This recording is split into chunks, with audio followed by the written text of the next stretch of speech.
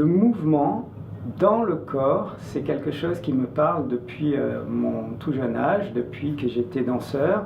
J'ai continué à avoir cette perception du corps en mouvement et c'est ce qui m'a amené naturellement à choisir l'ostéopathie.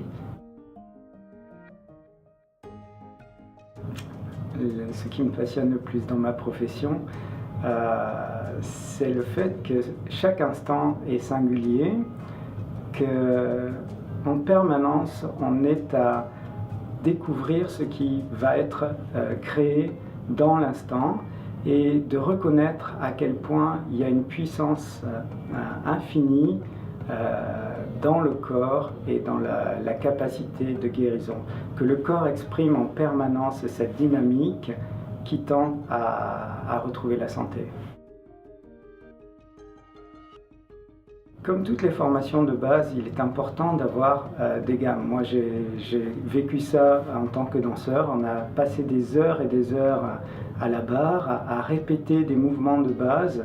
Et il est important que cet enseignement soit rigoureux et reprenne absolument tous les paramètres qui étaient dans la formation initiale d'ostéopathie.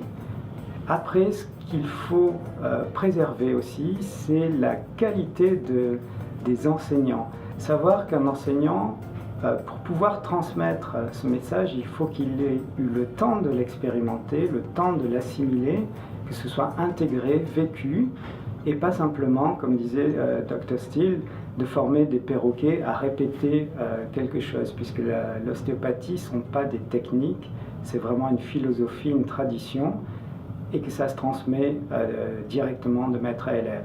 Donc dans un collège, on doit connaître toutes ces bases, mais on ne doit pas étouffer non plus ce message qui est en arrière-plan et qui doit continuer de vivre. Déjà, le premier conseil, c'est de se faire plaisir. L'ostéopathie, c'est quelque chose, c'est un grand privilège que l'on a de vivre dans le moment une aventure singulière. Par rapport à l'enseignement, je vais reprendre ce que disait Dr. Ralin Baker.